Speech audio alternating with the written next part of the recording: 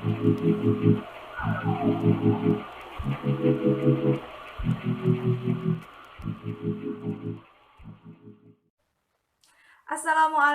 warahmatullahi wabarakatuh. Hai semuanya, dengan saya Afifah Rafida Tikna dan kawan saya Dina Nur Azizah. Pada kesempatan kali ini kita akan membahas tentang sesuatu yang berkaitan dengan sumber hukum Islam mukhtalaf. Untuk lebih jelasnya silahkan simak videonya hingga akhir. Nah, di video kali ini kita akan membahas 3 sumber hukum mukhtalaf. Mukhtalaf berarti sumber hukum yang diperselisihkan oleh para ulama. Ketiga sumber hukum yang kita bahas berupa istihsan, istishab, dan maslahah mursalah. Istihsan disebut juga menganggap baik, yaitu merupakan berpindahnya suatu hukum permasalahan ke hukum lainnya dikarenakan terdapat dalil yang menghendaki atau yang lebih kuat, serta diyakini dapat mendatangkan kebaikan berupa kemaslahatan manusia dan menolak kemudorotan. Kehujjahan istihsan menimbulkan perbedaan pendapat di kalangan para ulama. Mazhab yang membolehkan berhujjah dengan istihsan ialah mazhab Hanafi. Aliran mazhab yang juga memakai istihsan adalah sebagian mazhab Hambali dan sebagian mazhab Maliki. Sedangkan mazhab Syafi'i menolak penggunaan istihsan dalam menetapkan suatu hukum. Penggunaan istihsan menurut Imam Hanafi didasarkan pada kias atau ketentuan hukum kuli yang pada penerapannya terkadang dapat menghilangkan kemaslahatan umat, sehingga istihsan digunakan untuk menjawab permasalahan ketika terjadi perselisihan di antara dalil umum yang telah ada. Mujtahid akan memilah di antara dalil-dalil tersebut, manakah yang lebih tepat untuk diterapkan guna mendatangkan kemaslahatan yang lebih besar. Dasar yang dijadikan sandaran istihsan bagi ulama yang menyetujuinya ialah dalil yang berasal dari Al-Quran dan hadis Rasulullah. Yang pertama, ada dalam surat Az-Zumar pada ayat 18, yang artinya, yang mendengarkan perkataan lalu mengikuti apa yang paling baik di antaranya. Mereka itulah orang-orang yang telah diberi Allah petunjuk dan mereka itulah orang-orang yang mempunyai akal. Nah, dalam ayat tersebut, manusia yang mendengarkan kemudian mengikuti pendapat yang baik dianggap sama dengan istihsan yang berarti mengikuti suatu hal yang dirasa baik. Oleh karenanya, istihsan sah untuk dijadikan sebagai dasar hukum. Yang kedua, masih dalam surat Az-Zumar tetapi pada ayat 55, yang berarti, dan ikutilah sebaik-baik apa yang telah diturunkan kepadamu dari Tuhanmu, sebelum datang azab kepadamu dengan tiba-tiba, sedang kamu tidak menyadarinya. Pada ayat tersebut, Allah memberikan perintah untuk mengikuti yang paling baik. Suatu perintah juga berarti suatu kewajiban. Maka, hal tersebut menunjukkan bahwa istihsan dapat dipergunakan sebagai hujah. Sedangkan yang ketiga, dalam surat Al-Baqarah ayat 185, yang artinya, Allah menghendaki kemudahan bagimu dan tidak menghendaki kesulitan bagimu. Ayat tersebut menunjukkan bahwa Allah senantiasa memberikan kemaslahatan dan menolak kemafsadatan bagi umat muslim, sehingga diperbolehkan beralih pada dalil lain yang akan mendatangkan hukum yang lebih memberikan kemaslahatan. Yang terakhir adalah hadis Rasulullah, yang berarti apa yang dirasa baik oleh orang-orang Islam, maka juga baik di sisi Allah. Hadis tersebut diartikan sebagai perintah untuk mengikuti hal yang dianggap baik oleh umat muslim, dikarenakan hal tersebut ialah perkara yang juga baik pada sisi Allah dan dapat digunakan sebagai dasar dalam menetapkan suatu hukum. Imam Syafi'i memiliki pendapat yang berbeda. Beliau memiliki 6 alasan yang dipaparkan terkait penolakannya terhadap istihsan, yang ada dalam kitab Ar-Risalah dan juga kitab Al-Um pada pasal Ibtol al-Istihsan. Yang pertama, syariah atau hukum Islam berasal dari nas Al-Quran, sunnah, dan sesuatu yang didasarkan padanya. Sedangkan istihsan bukanlah merupakan penerapan dari nas, melainkan berasal dari pemikiran manusia. Menerapkan istihsan sama halnya dengan beranggapan bahwa Allah meninggalkan permasalahan tanpa adanya ketetapan hukum. Dengan kata lain, Allah menelantarkan manusia. Hal ini berlainan dengan firman Allah dalam Quran Surah Al-Qiyamah ayat 36, yang berarti, apakah manusia mengira bahwa ia akan dibiarkan begitu saja? Yang kedua adalah istihsan didasarkan pada sesuatu yang dirasa baik oleh pendapat mujtahid, menjadikannya sebagai hukum hasil pemikiran manusia. Hal tersebut diyakini memungkinkan adanya hawa nafsu dalam penetapannya.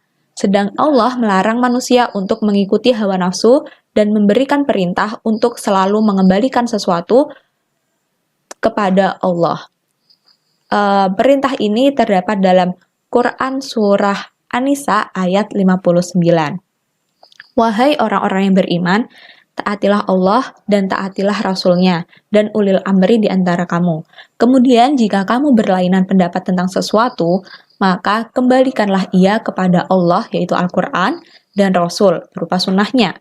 Jika kamu benar-benar beriman kepada Allah dan hari kemudian, yang demikian itu lebih utama bagimu dan lebih baik akibatnya. Yang ketiga, Rasulullah tidak pernah mengeluarkan fatwa berdasarkan istihsan atau yang dianggapnya baik, juga tidak pernah memberikan pendapat yang didasarkan pada hawa nafsu. Rasulullah selalu menunggu turunnya wahyu untuk mengatasi suatu permasalahan. Yang keempat, Rasulullah tidak merasa senang pada sahabat yang memberikan fatwa dengan istihsan. Contohnya adalah pada perilaku Usamah yang menewaskan seorang pria yang melafalkan kalimat La ilaha illallah dikarenakan ada dalam keadaan terancam dengan pedang yang terhunus.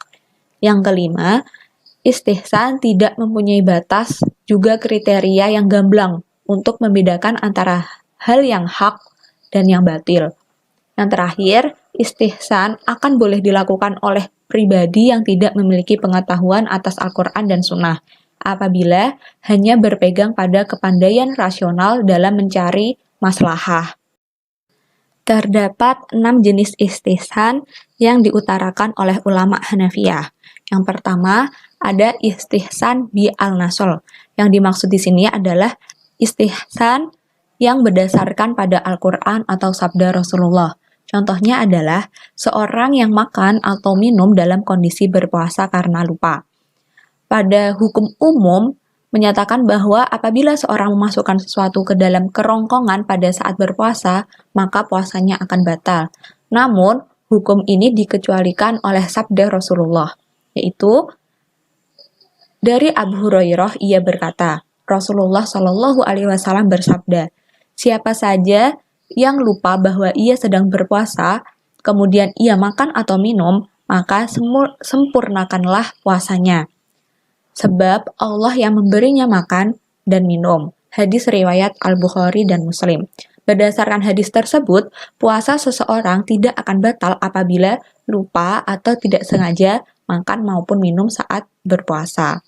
Yang kedua adalah istihsan bi al-ijma, yaitu istihsan berdasarkan ijma. Dilakukan karena terdapat fatwa mujtahid tentang suatu perkara yang bertentangan dengan ketetapan umum, atau mujtahid yang tidak menolak dan diam atas kegiatan yang dilakukan oleh masyarakat. Misalnya dalam perkara pemandian atau kamar mandi umum. Berdasarkan hukum kuli, jasa kamar mandi umum wajib mengetahui jelas berapa jumlah air dan waktu yang digunakan. Namun, hal tersebut menyebabkan banyak pihak yang terbebani, sehingga para ulama memperbolehkan untuk menggunakan jasa kamar mandi umum tanpa menentukan dengan jelas waktu dan jumlah air yang digunakan. Yang ketiga, ada istihsan bi al-qiyas al-khofi, istihsan yang didasarkan pada qiyas khofi. Berarti, beralihnya ketetapan qiyas yang sifatnya jelas, yaitu qiyas jali, pada ketetapan qiyas yang bersifat samar, yaitu qiyas khofi, karena dirasa lebih tepat dan lebih kuat untuk ditetapkan. Contohnya adalah pada ketentuan wakaf. Dalam qiyas jali, wakaf sama halnya dengan jual beli, yang mengakibatkan pergantian hak milik dari pedagang menjadi milik pembeli. Dalam praktik jual beli, maka tidak termasuk hak pengairan dan hak melewati tanah, sehingga Hak-hak tersebut tidak terhitung dalam akad wakaf kecuali disampaikan dalam akadnya. Lain halnya dengan menurut istihsan. Hak pengairan dan hak melewati tanah telah termasuk dalam wakaf, meskipun tidak dinyatakan dalam akad. Hal tersebut dikarenakan dalam kias khofi, wakaf dianalogikan pada sewa-menyewa. Yang keempat adalah istihsan bi al-maslahah, yaitu istihsan yang didasarkan pada kemaslahatan. Berarti, beralihnya hukum atas kias atau hukum yang bersifat umum pada hukum lainnya dikarenakan dapat mendatangkan maslahat yang lebih besar. Contoh dari istihsan berdasarkan kemaslahatan ialah penetapan hukum umum buruh yang bekerja di pabrik tidak memikul tanggung jawab akan kerusakan hasil produksi, kecuali disebabkan oleh unsur kesengajaan atau kelalaian dari buruh. Namun, demi tercapainya kemaslahatan atas pemeliharaan harta orang lain, maka ulama dari mazhab Hanafi memakai istihsan dengan menetapkan bahwa buruh juga harus memikul tanggung jawab akan keamanan tiap produk. Hal ini digunakan untuk menghindari sikap buruh yang tidak bertanggung jawab. Yang kelima adalah istihsan bi al-urf, yaitu istihsan yang didasarkan pada adat atau kebiasaan yang ada dalam masyarakat, baik dalam bentuk perilaku maupun perkataan. Misalnya adalah wakaf berupa uang yang termasuk dalam benda bergerak. Dalam ketetapan umum, diwajibkannya wakaf berupa benda tetap atau permanen. Namun, wakaf berupa benda bergerak diperbolehkan karena sudah menjadi kebiasaan masyarakat dan menghindari timbulnya perselisihan atau pertengkaran. Yang terakhir ada istihsan bi ad-darurah, yaitu istihsan berdasarkan hajat atau keadaan darurat, di mana mujtahid meninggalkan hukum yang bersifat umum maupun kias karena adanya hal yang menjadi keperluan orang banyak dalam keadaan darurat. Contohnya adalah kolam atau sumur yang terkena najis. Hukum umum menyatakan bahwa kolam atau sumur yang terkena najis tidak diperbolehkan untuk dipakai. Namun, apabila dalam kondisi darurat dan air sangat dibutuhkan, maka dibolehkan untuk menggunakannya. Cara membersihkannya, menurut mazhab Hanafi, cukup dengan menambahkan sejumlah galon air pada sumur tersebut.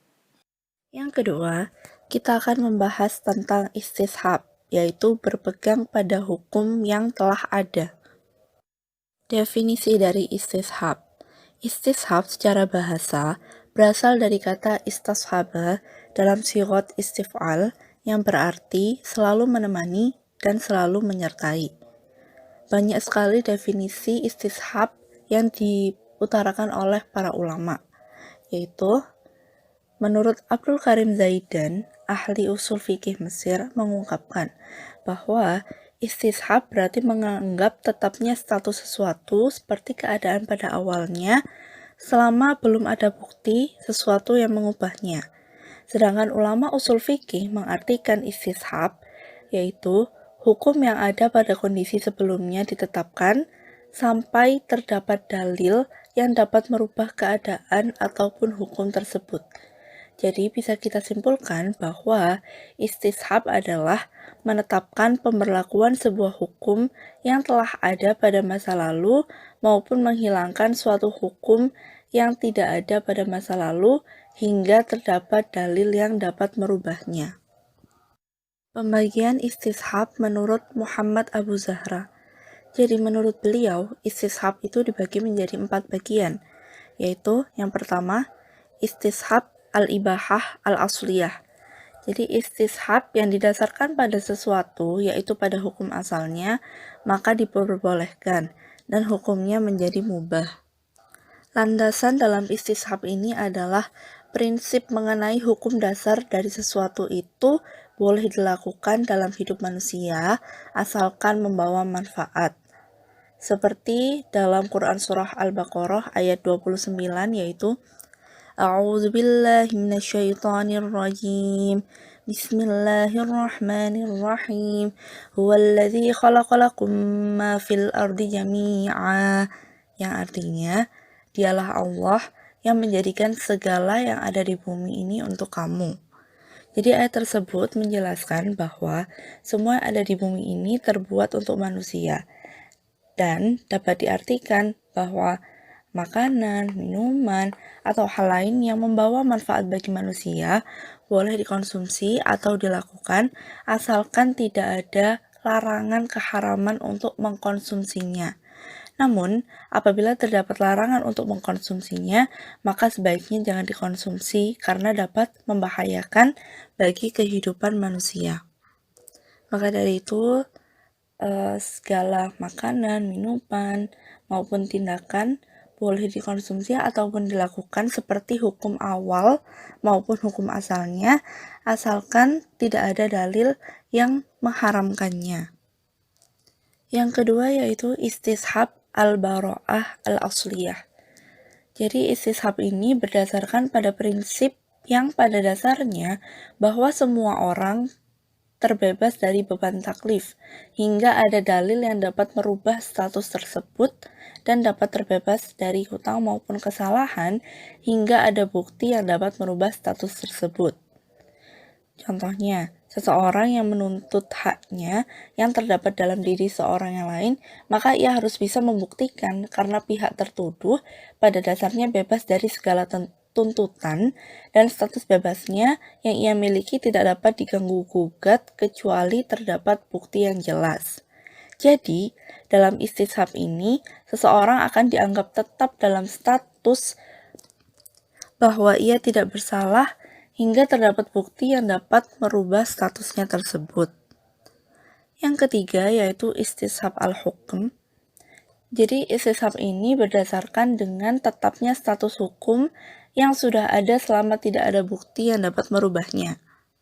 Contohnya, Umar memiliki sebidang tanah, maka tanah tersebut tetap menjadi milik Umar asalkan tidak ada bukti ataupun kejadian yang dapat merubah status hukum kepemilikan sebidang tanah tersebut. Sedangkan yang keempat yaitu istishab al-wasf.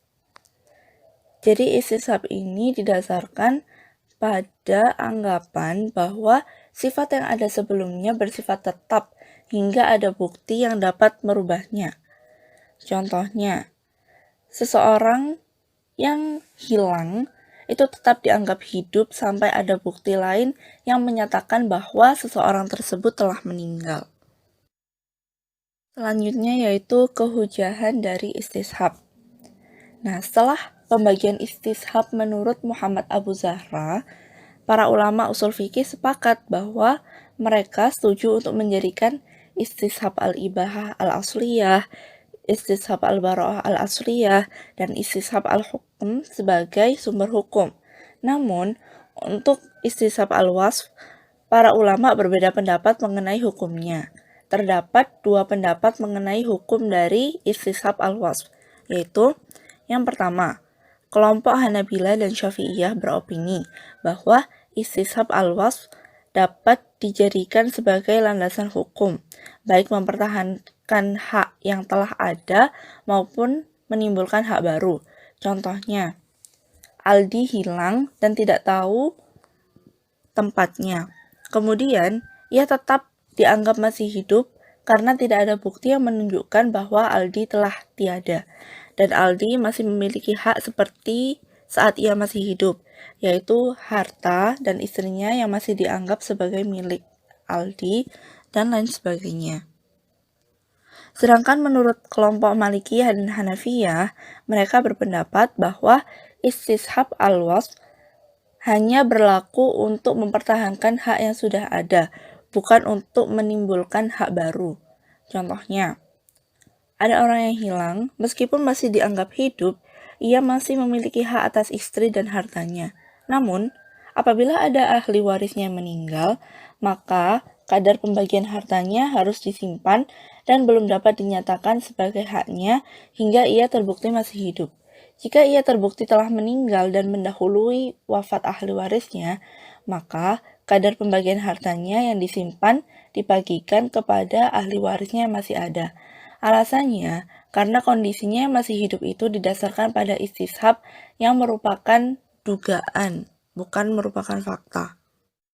Sumber hukum yang ketiga adalah maslahah mursalah atau penetapan hukum berdasarkan kemaslahatan. Ulama usul fikih mengartikan maslahah mursalah sebagai kemaslahatan yang searah dengan tujuan syar'i al-islami atau Allah, tetapi tidak ada petunjuk khusus yang mengakuinya atau yang menolaknya. Al-Ghazali berpendapat bahwa ketika menggunakan maslahah mursalah sebagai dalil dalam penetapan hukum harus memenuhi 4 syarat, yaitu yang pertama, kemaslahatan yang dipertimbangkan merupakan kebutuhan primer atau pokok manusia, yaitu kebutuhan doruriyat yang tidak akan merusak al-usul al-khonsah. Yang kedua, penerapan maslahat tidak didasarkan pada praduga, sehingga harus yakin bahwa keputusan yang diambil akan mendatangkan kemaslahatan. Yang ketiga, selain bersifat pasti, kemaslahatan juga harus bersifat umum atau universal, bukan bersifat individual atau atas kepentingan pribadi. Yang terakhir, kemaslahatan. Asy-Syatibi juga berpendapat mengenai syarat dari penetapan kemaslahatan yang didasarkan pada pandangan Imam Malik, yaitu yang pertama, maslahat harus masuk akal atau makulat, juga relevan atau sesuai dengan peristiwa yang terjadi. Yang kedua, kemaslahatan harus menjadi rancangan akan pemeliharaan prinsip kehidupan dan menolak kemudorotan. Yang ketiga, kemaslahatan dilarang untuk bertentangan dengan hukum atau dalil yang qat'i. Nah, dengan adanya persyaratan atau kriteria dalam penetapan kemaslahatan sangatlah penting. Hal ini dikarenakan dapat menghindarkan penetapan hukum yang hanya didasarkan pada ego, spekulasi, syahwat, maupun hawa nafsu manusia.